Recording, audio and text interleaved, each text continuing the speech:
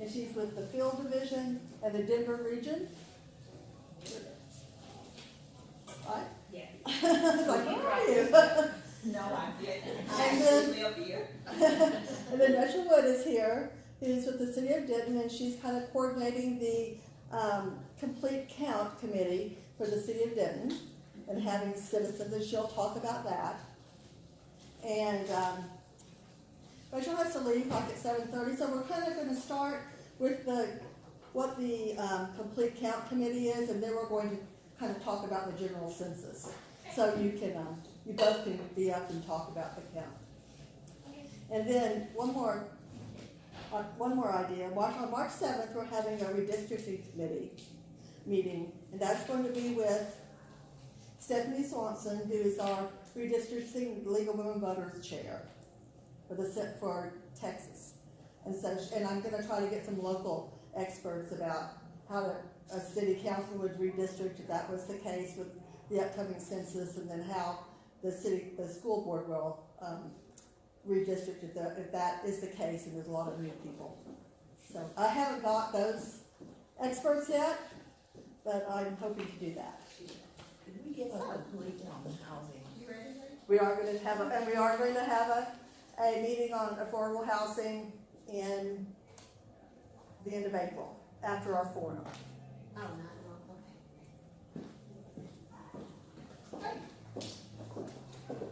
Did you want me to do the slide show?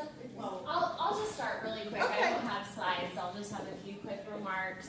So good evening. I'm Rachel Wood. I work in the city manager's office, and in November of 2018, at the November 6th City Council meeting, City Council passed a resolution adopting and formally endorsing kind of city staff participating and helping to facilitate what's called a complete count committee.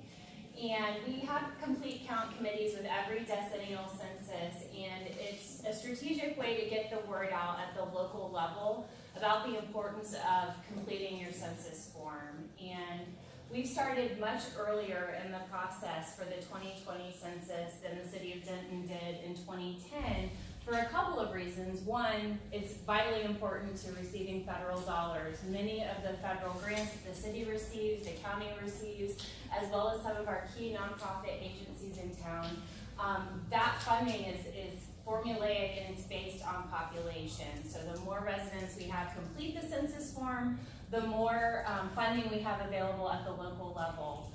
Jan mentioned redistricting. The census also impacts redistricting. So we want to make sure that everyone that lives in Denton, including students, including the homeless population, undocumented persons, we want to make sure that they complete their census forms because they're benefiting from the infrastructure we have in our community. They're benefiting from the health and human services agencies, all of which require federal funding or receive federal funding in order to continue to operate. So we're starting early because we know that those resources are vitally important. We also know that there are much fewer resources available from the federal government to help support census efforts for 2020. I actually was staff support for the 2010 census for a city in Florida, and anytime we needed t-shirts, bumper stickers, mugs, tents for events, we got all of that provided to us from the federal government. That's not going to be an option this time. So we're going to have a much more localized, concerted effort from our community. So as I mentioned, November 6th, we established the Complete Count Committee. We've met twice, and it's a very inclusive group. Anyone is welcome to be a part of it. We did reach out to several key nonprofit partners, the county, the universities, to make sure that they're all a part of it. But we're really in the infancy of creating the Complete Count Committee. We're in the process of developing our strategy, developing some subcommittees, and from there, then we'll identify key community events and really how we're going to get the word out leading up to the April 1st, 2020 census date. So we have our next meeting on February 27th. It's going to be in the City Council work session room starting at 5:30 p.m. It's a public meeting. You're all welcome to attend, but Jennifer Pope, who's going to present to you this evening, will be at that meeting. and we're gonna really, as I already mentioned, kind of focus on what our strategy is as a group and how we're gonna make sure that we get to some of those hard to count, and Jennifer will explain more kind of what I mean when I say hard to count, but populations who typically don't respond to their census forms, how we can do a better job of making sure they understand the importance of completing that form at the local level. Will that date be published somewhere, like in the local newspaper? Oh, for sure, yeah, we're gonna have information going out in our resident update, for example, once it gets closer to census time. We just haven't started really educating we've just started the Complete Count Committee, but we will have in future resident updates, particularly once we get to 2020, leading up to that April 1st census date, we'll have materials available. Also, once we start deciding which events that we're gonna go to, we'll have materials available there, but we just haven't really initiated the advertising component yet of. I know you said the date, but you don't. It's April 1st, April Fool's Day, 2020 is Census Day. It's in the February meeting, which is in the council chambers. It's in the council work session room, and it's at February 27th at 5:30 p.m. What day of the week? It's a Thursday, I think, maybe a Wednesday. Don't quote me on that. It's either a Wednesday or Thursday. Yes, ma'am. So whose idea was it to start earlier this time? It was actually a recommendation from the U.S. Census Bureau. We went to a Metroplex Mayors Association meeting. Actually, it was in February, I think February 13th of 2018. and got that recommendation, and so we started conversations with the mayor. He agreed, drafted the resolution, and then got it on the agenda just so that we could start. We're really, as I mentioned, very much in the infancy stages of figuring out what our targeted outreach is gonna be, but we definitely will advertise heavily once we've got that strategy in place. One more time for the minutes, could you go ahead and repeat the time was at what time again? For the city's complete count committee meeting, Yes, in the council work session room Thursday is the 27th. it might be a Wednesday. It's in Wednesday the 27th at 5:30 p.m. in the city council work session. It's a Wednesday. Thank you.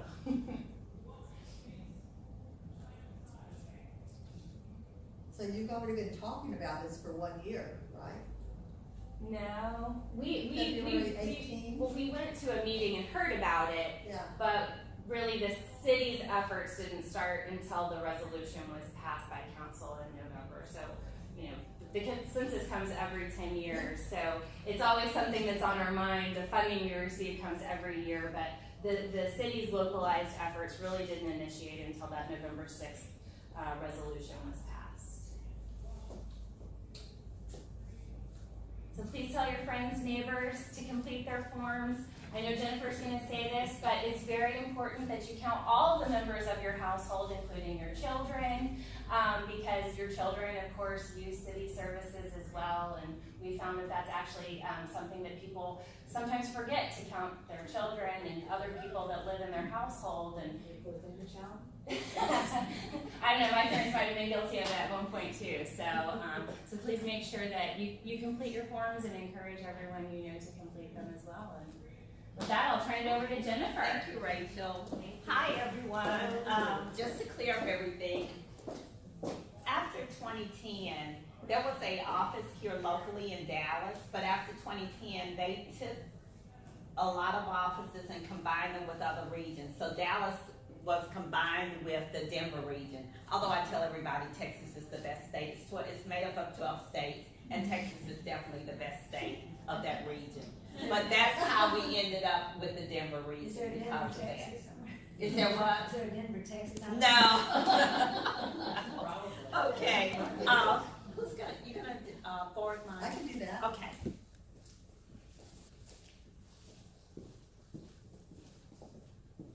Can you guys see this?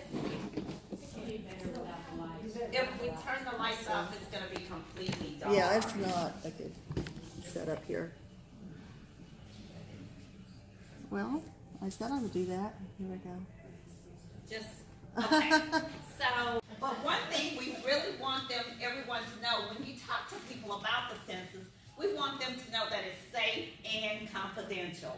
And it is required by law, although I've no one's never been arrested that I have heard of because they didn't do their census form, but it is very confidential. We want people to know that if you fill that information out, we're not gonna give out that information to anyone.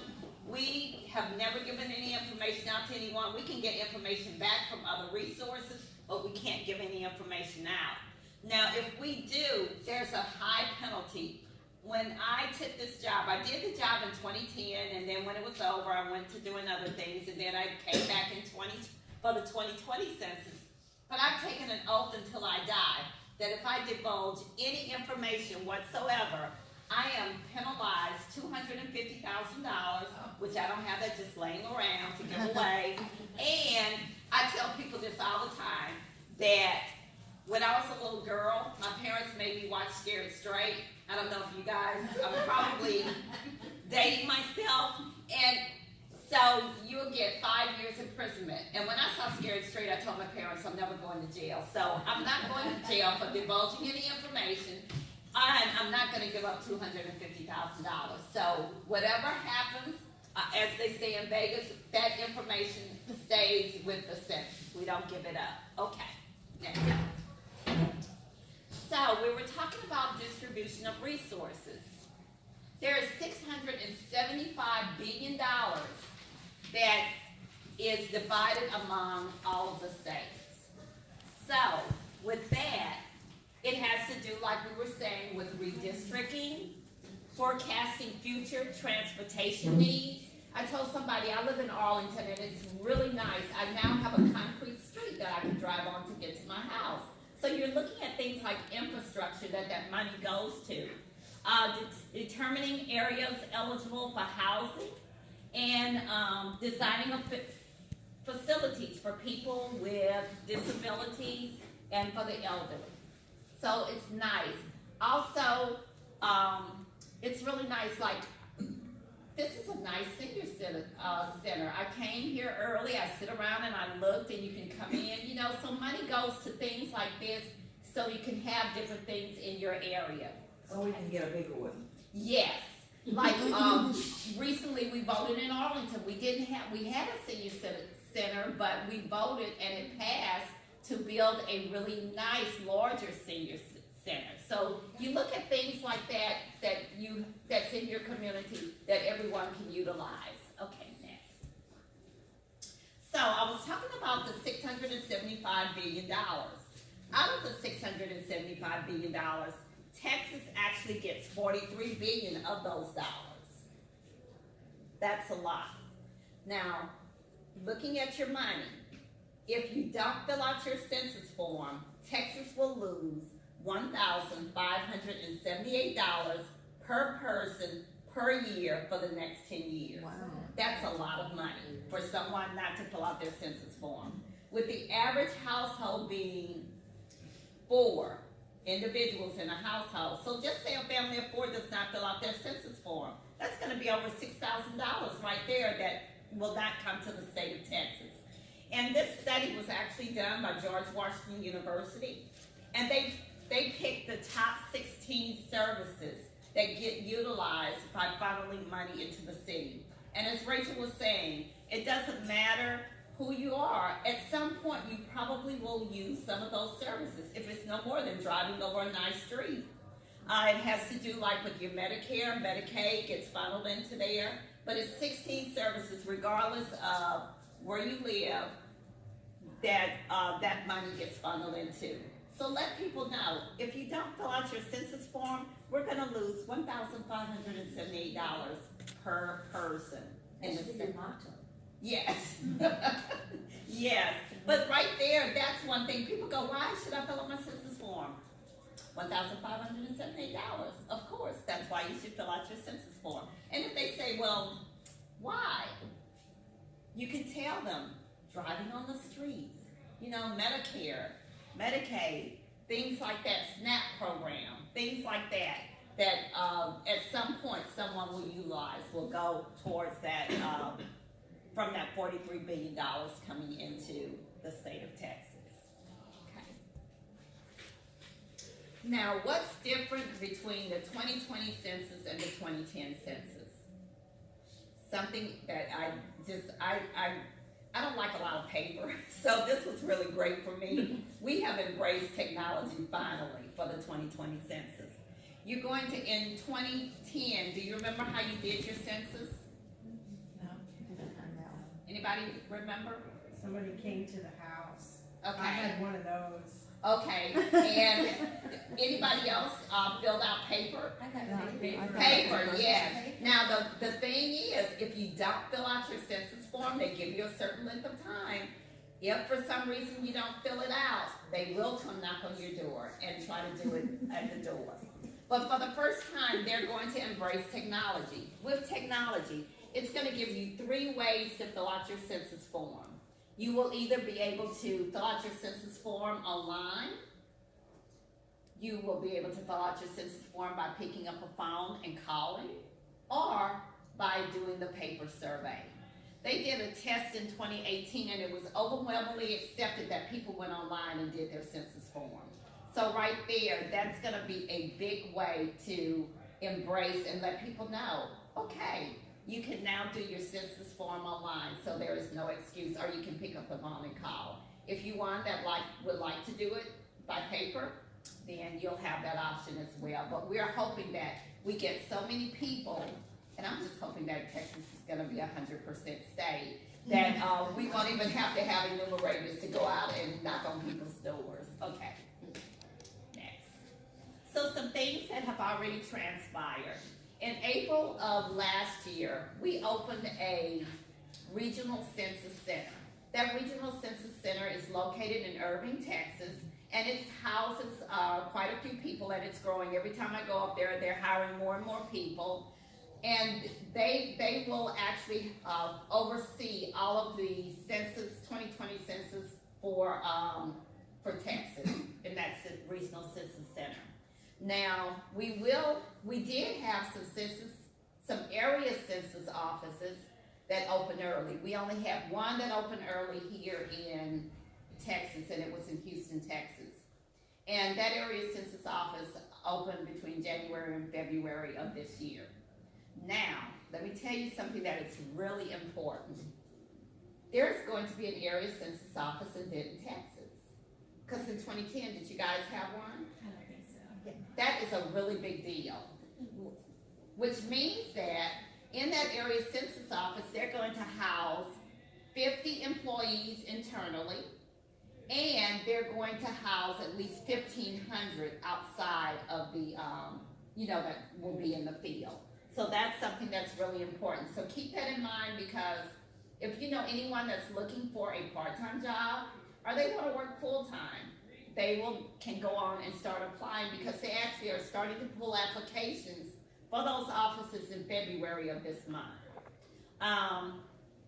Something else that is going on, the areas, those are going to open between June, July, and August of this year. So that's going to be very important that people still fill out those census information. And as Rachel was saying, April 1st is actually Census Day. So, but what we're doing now, we're in what's called the education phase. In the education phase, we're coming to groups like you, to cities, to counties, and talking to them and letting them know the census is coming and what they need to do to prepare for the census. Okay, go ahead and go. Okay.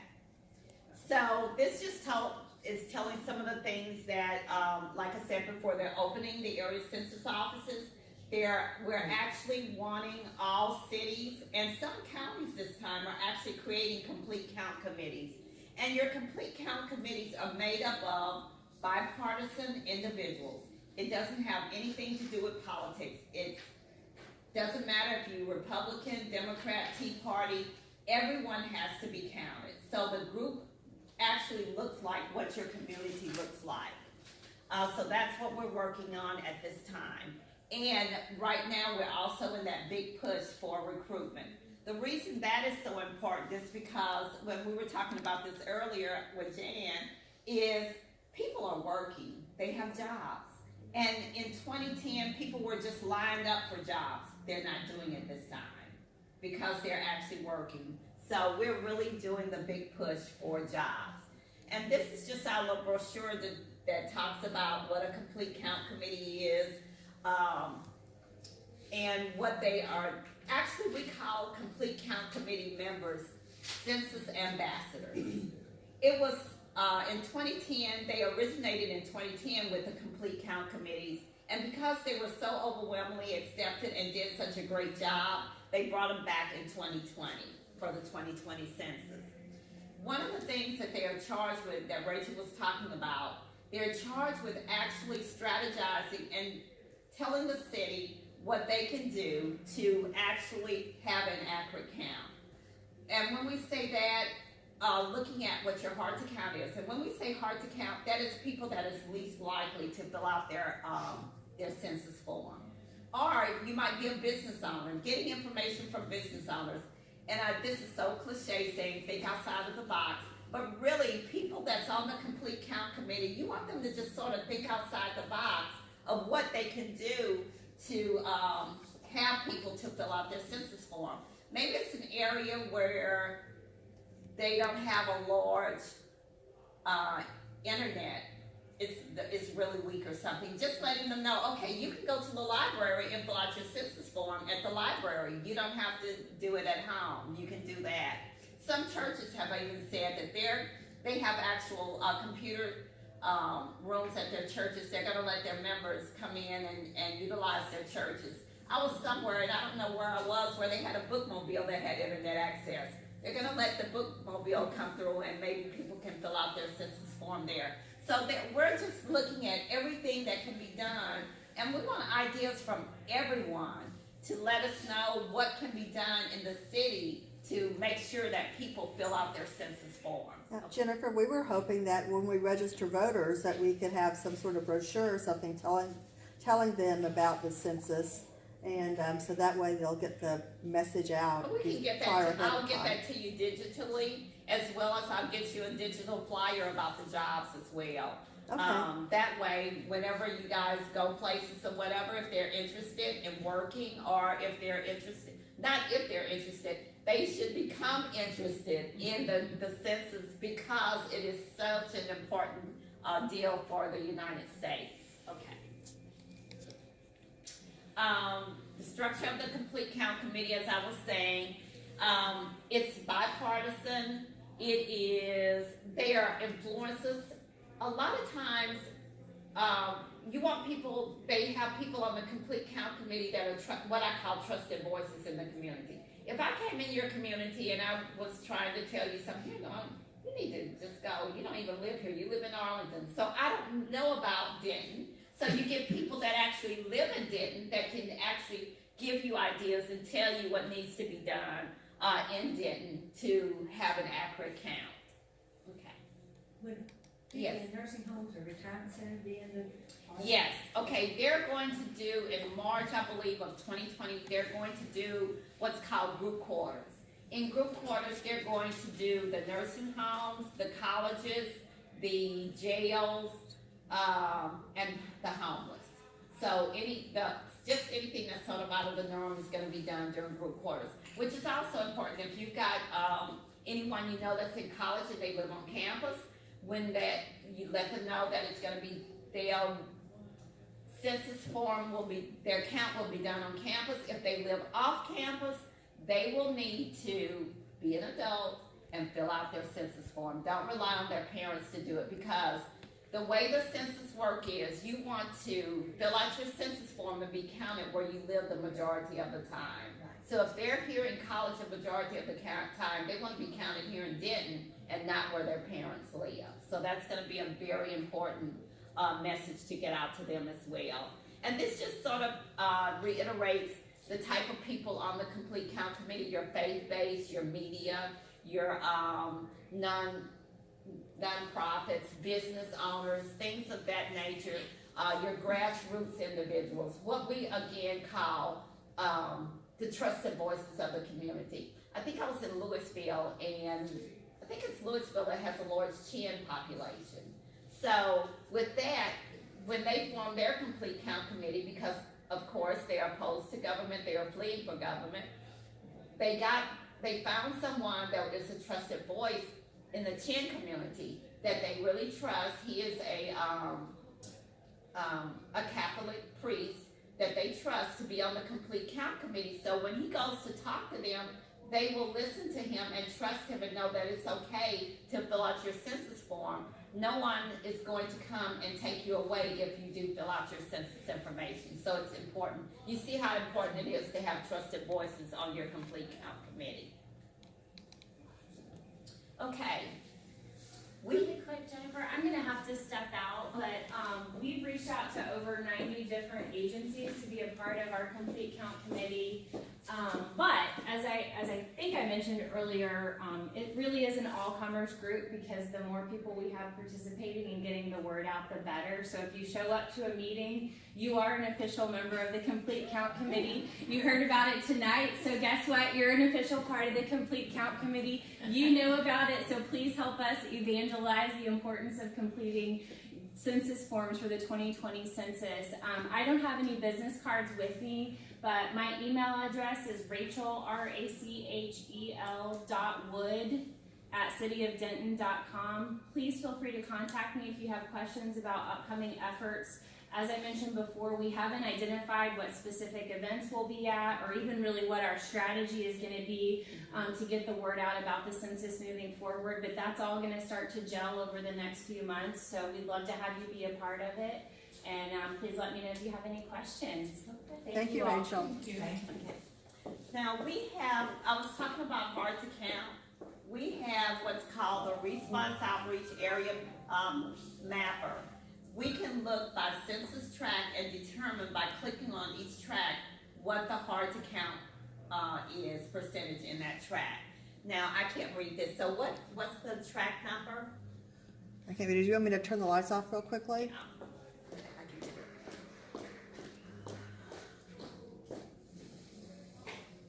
And this is what Rachel was talking about, strategizing. Yeah, I'll turn it back on. The hard to count is 30.3. What that means is 30.3% of people in this census tract are least likely to fill out their census form. And in that little block there, it has a lot of data in there. When I scrolled through the data, what I found out is that 99-point-something% of individuals that live in that tract are actually renters. Why would a renter be considered hard to count? They're mobile. They move around a lot. What else? I filled out my application. I said it's 2 people living in the apartment. It's actually 6. But what we need to do is, that's some of the things that they're going to be working on as a complete count committee. How do I strategize and get that percentage of individuals to fill out their census form? Maybe it might be as simple as going to one of their meetings that they might have if they have meetings, and just saying that, letting them know that it's safe and confidential. We cannot turn it over to the apartment manager, letting her know that it's 6 people that actually live in the apartment when you said it's 2. So little things like that is insignificant. We think it's really insignificant, but it's really a big deal when it comes to having an accurate count. Something else, we would look at every tract that's in Denton to determine all the different tracts that have hard to count and why are they hard to count. It could be a language barrier. Could be one of the things that says they speak very little English. Why would that be a hard to count? Communication problem, exactly. So you want to have someone that can, whatever language it is that's in that tract that they speak, that they identify with, that can speak with them and let them know that it's safe and confidential for them to fill out their census survey. We talked about children earlier. Could be a tract that has a lot of small children. 0 to 5 is the hardest to count. And parents forget to put their children on the census form. But, so we want to reach out in that tract that has small children, maybe get the schools involved, or Head Start, or something like that, involved, so that we would be able to not only educate the parents, but educate the children and let them know, okay, don't forget to put your children on the census form. And back when school started, at my church, we gave away school supplies. And I was charged with going to one of the apartment complexes over in Fort Worth. And it just amazed me, the number of parents that came to the door. They did not speak English, and they actually had to call their children to the door. I had to explain to the children how to fill out the form so that they could come and get their school supplies. So in that instance, if whoever is handling that area of Fort Worth, they will know that, okay, in that hard to count area, and actually it wasn't the same language that, you know, when you came to the door, you didn't know what language you were going to be hit with. So you would need to know, in this apartment complex, there are lots of different language barriers, and we need someone to identify with the individuals that live in this apartment complex to let them know it's safe and confidential for you to fill out your census survey. Okay. But that's an idea of what hard to count is. Of course, your homeless is going to be a hard to count. College students, hard to count. So there are going to be different hard to count areas in Denton, as well as it's going to be different scenarios that's going to make it hard to count. When I went to Abilene, the mayor was telling me that they had just received an influx of 3,000 refugees. So with that, they had to identify who the trusted voice was for the group of individuals that were sent to Abilene. And of course, they're fearful of the government. So they had already identified who the trusted voice was that could speak to the individuals that were there to let them know, okay, the census is coming, and oh, by the way, it's going to be safe for you to fill out your census survey. Wouldn't it be frightening for undocumented people? That's another reason why we started earlier. It is very frightening for undocumented They people. don't have anywhere they have to put that on the form, that they're undocumented. There is a question that's in litigation right now, but it's still on the form. But the thing with that is, that's why it's so important to have someone, there are nonprofits, things like that, that work with undocumented people. It's very important that they know that it's going to be safe and confidential for them to fill out that form. So it is very safe and confidential. Okay. I know, that's one of the reasons why we have started so much earlier, because we know that that's one of the things that we have to combat in this for 2020. And again, this just talks about counting the children, because the parents do forget to put their children on the survey. Haven't figured that one out yet, but yeah. Okay, and go next. And then last but not least, talking again about the jobs. The thing that's so important about this is they told us that they need 5 times the number of people to apply for jobs than what they need. Why is that? You fill out an application, you don't accept the job. You fill out an application, you get a job before you're called. You fill out an application and you don't pass clearance. So we do need a big promotion for jobs, and it's just your 2020 census.gov/jobs. The reason also, if you don't, let's say you just want to work Friday, Saturday, Sunday, you can put that on when you fill out the application, and they will pull you when you want to work. So it's a great job for seniors, for college students that want to supplement their income. But again, like I said, if you want to work full-time and work in the office, there will be full-time office jobs like IT, someone to manage the office, clerks will be there. So they're going to have all types of jobs that's going to be in the office as well. So it's going to be very important that they start filling out the applications. And I will get a flyer to Jan so she can get it to all of you about the jobs, as well as about A flyer to just talk about the census. About the census, why it's so important to fill out your census form. I'll get that to her and she can get that to you guys.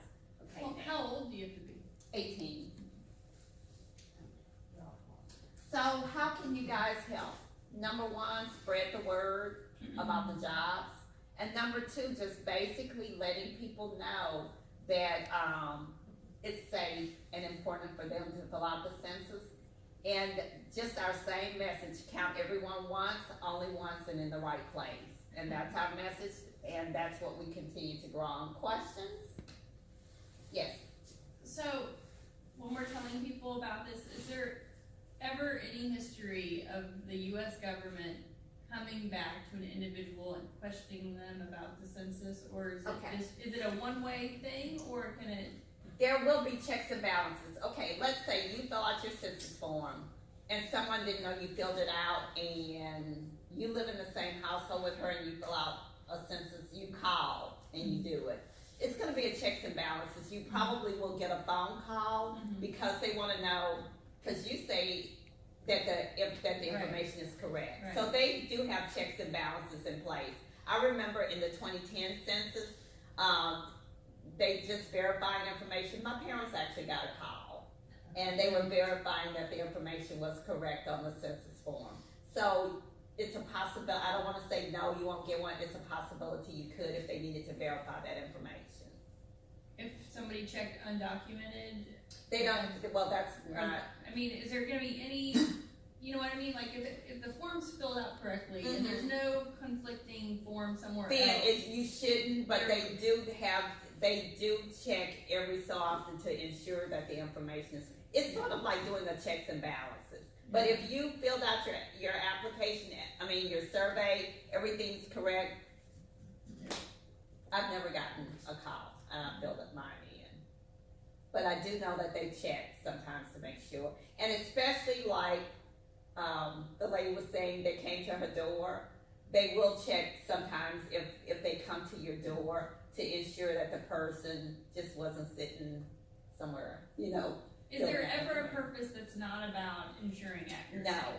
No. It's all about it being accurate and having the correct count. And oh, by the way, so I was telling you that in March, next year it's 3 ways that you can fill out your census survey. They're gonna start sending a postcard out around mid-March of 2020, telling you it's okay now, you can go online and fill out your census form.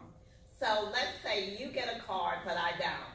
You tell me that you got your card, and once you get it, it's fine, it's a little unique ID on there, but at that point, I can still go online and fill out my census form, even though I didn't get a postcard yet.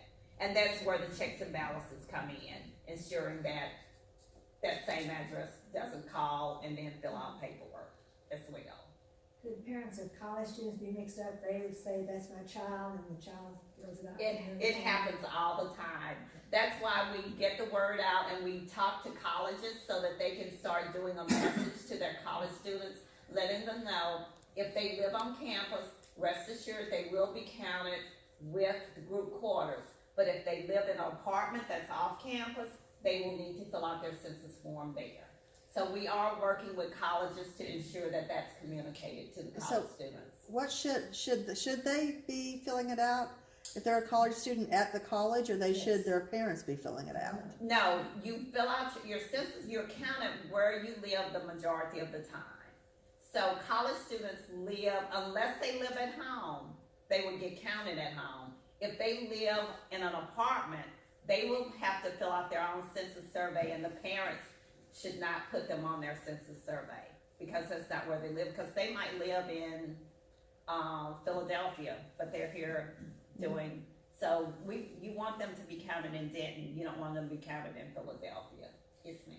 So, I work a lot with the college students, and they have, they group together in one apartment, they share spaces a lot.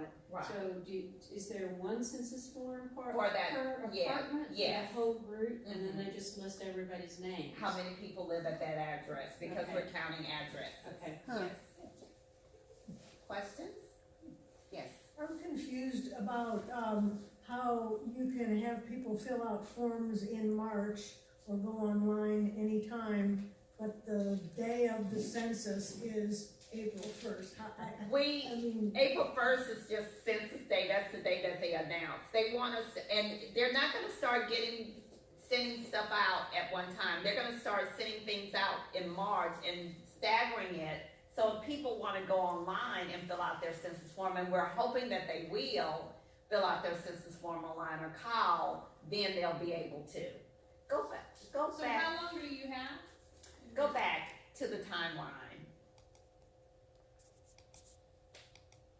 Keep going.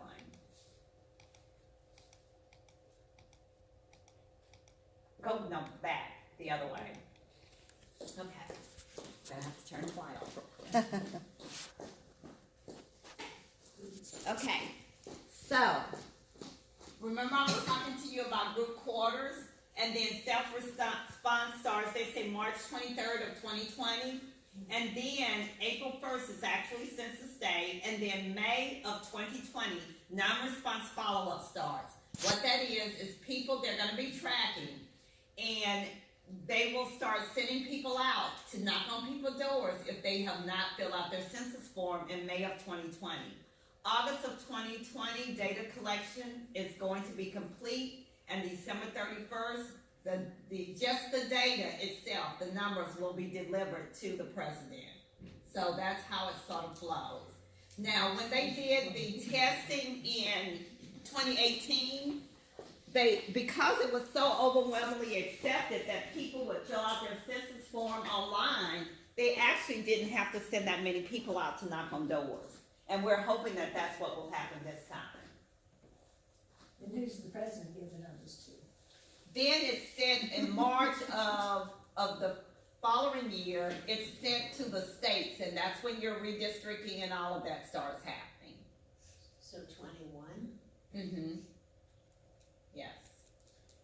Just out of curiosity, I worked on the 1980 census, Okay. and I was a pre-census worker trying to confirm addresses. Yes. Do they still do that? Yes, that's under process right now. We have, they started in November doing address canvassing. And what that is, because we're counting every address, we have to ensure that we have accurate addresses. So we worked with the GIS people in Denton, all the cities, to verify. Well, first thing we did, we used data that we already had. Then we went to the cities to verify the information with the GIS individuals, that's the geography people, to ensure that we had accurate addresses. We're also going to do what's called new construction, because when I was in Prosper, they told me they're building like 75 homes a month. So with that, those addresses are going to have to be added in so that we can have an accurate count and know that we have that much new construction going on in a city like Prosper. So address canvassing, they're gearing, doing that as well. So, well, come on back with us. I'm too old. No, you're not. Well, and also tell people that interested in a job, if they don't know what job they want, they told me that they're asking little quirky questions, and based on how you answer the question will help determine what job would be a good fit for you. What would be an example of a quirky question? I don't know, I hadn't gone on, I was afraid to go on and try and fill out one, because I didn't want me to get signed. Yeah, but someone was telling me that, so I don't know what the questions are. Yeah. I know in the past there have been long forms and short forms. Yes. Will there be those Okay. again? The long form is now what's called American Community Survey, and it's done every year. Has anyone ever gotten one? If you get one, please, please, please fill it out. You remember the data that I showed you that was on the little census tract? That's where we get that data from individuals that every year, and it's not the whole population. You're chosen. They pick and choose people to fill out the American Community Survey. So if you ever get one, make sure you fill it out and send it back. It's a very long survey. How long did it take you to fill it out? It took a long time. I'm thinking an hour. It is, but we utilize that information. Tell you how important it is. There are a number of surveys that's done that's just not the Census and the American Community Survey. Toyota wanted to know, went to a meeting up there, they wanted to know how many people commute, where they commute from, and how long does it take them to commute to work. We had that information, go figure, I didn't know it. And so it's a lot of surveys that get done throughout the years that we don't even necessarily know about, but it's statistical information and we house that information. So to answer your question, American Community Survey is still going to happen. but the 2020 census is going to happen and it's gonna be a short survey. What is the salaries for, I mean, more or less, I know that there's different jobs, but let's say for somebody that just, you know. I'm not sure what Local it is, I don't wanna say it, I'll send it to Jan. Because if you go on the website, the census, 2020 census.gov/jobs, in the upper right-hand corner, there's a pay rate link. And you can click on the pay rate and look and see where you live, how much they're paying. I think it's anywhere from like 15, 18, maybe something like that. Yes, an hour. Can you do this through the post office, like just give them a million, billion, and put one in every box? No, we can't. We can't even put it in post office. Anybody know why? Because it's not a physical address. We're counting actual physical addresses, so that's why we can't even use the post office. So how do you do the homeless? Through group quarters, like every city in January counts the homeless. That's for the city. Right. So when we do group quarters, we will have people that work with the city. And I'll tell you how, when I live in Arlington, and this was back in 2010, if you would have told me I'll give you $1 million, were the homeless in Arlington, I would have said we don't have homeless. Because I worked so much and I was traveling a lot, I never saw any homeless. So until I started working for the 2010 census, that's when I realized, because I had to call the city and actually ask them, are there homeless in Arlington, which they told me yes, and they were like, who is this? I know it's homeless in Arlington. And where do they congregate? So we get that information from the cities and we go out and then we do the count at night. So you go where they tell you? Where they congregate. Yeah, like one city I called said, yeah, we do, we have a homeless person and he's always behind, and I'm just saying McDonald's, it was another place, I can't remember where it is, but you know, and they said, well, his family calls every so often to ask us to go see if he's okay, you know, things like that. So we will count the homeless with the group quarters. Will you count like the Salvation Army people who stay there overnight? If that's part of group quarters, we would, any facility like your nursing homes, your, like Salvation Army, because they're there at night, things like that where people congregate, we will do that during group quarters. Yes? So I know with voting, you can't offer anything of value as incentive to vote. It's against the law. Right. For the census, can the city, you know, do stuff like hand out koozies and do things like give things of value? You know, like remember Rachel was saying in 2010 they had like T-shirts and so there's no law mugs against and prizes. meat pens. They were little tchotchkes that really weren't worth very much. But yeah, a lot of cities do that, and it's up to every city to determine what they're going to do. To be quite honest, a lot of cities this time, they're actually using social media to reach out to individuals. Because if you would have told me that, I know that social media works, I just got a taste of how fast social media works. She put it on Facebook, wherever. Within a matter of seconds, I am not lying, within a matter of seconds, she was getting responses back, people saying that they were going to attend. And I know about social media, I use it, but I didn't realize how fast it actually works. So a lot of cities are actually embracing social media to communicate to the communities.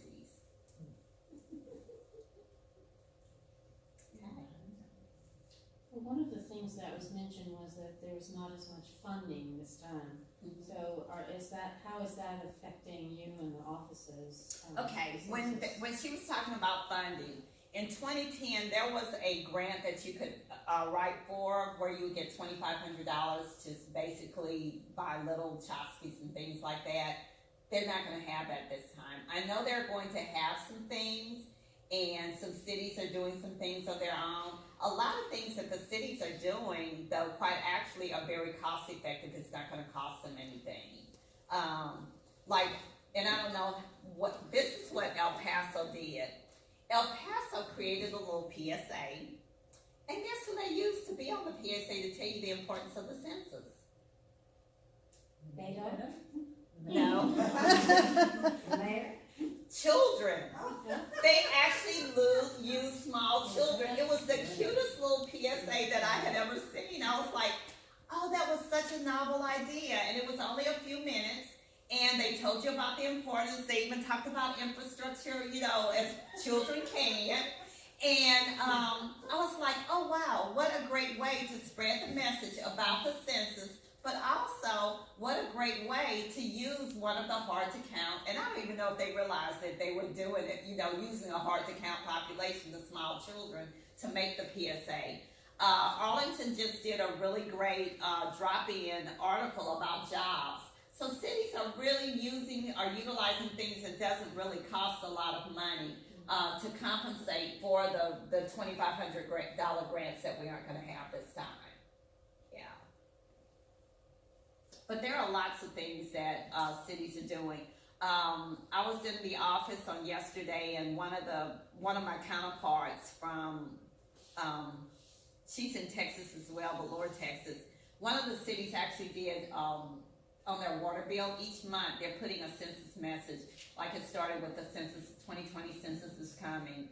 That was January, February. Don't forget to fill out your census form when it comes. So every month they're putting a census message on the water bill. So cities are even doing things like that. I remember in 2010 that Arlington actually did that. They put a message on the water bill. The city actually did a poster contest with the different grade levels. And so it's all types of things that can be done. And speaking of children, for those of you that have like grandchildren or children, small children, K through 12. We have on census.gov, we have statistics in the school, and I actually went in and did one of the activities for each grade level. All the teachers have to do is they go out, they pull the information off, the answer sheets are on there, and they're really great activities that the children can actually do. So it's a lot that you can do to actually educate the children as well, to help educate their parents. Yeah. Any other questions? Well, thank you. I have thoroughly enjoyed it. I will get my information to Jan so that she can get it to all of you. And don't hesitate that if you need any information, just once Jan gets it out to you, just call me or just email me, and I'll answer you back. Thank you. Thank you.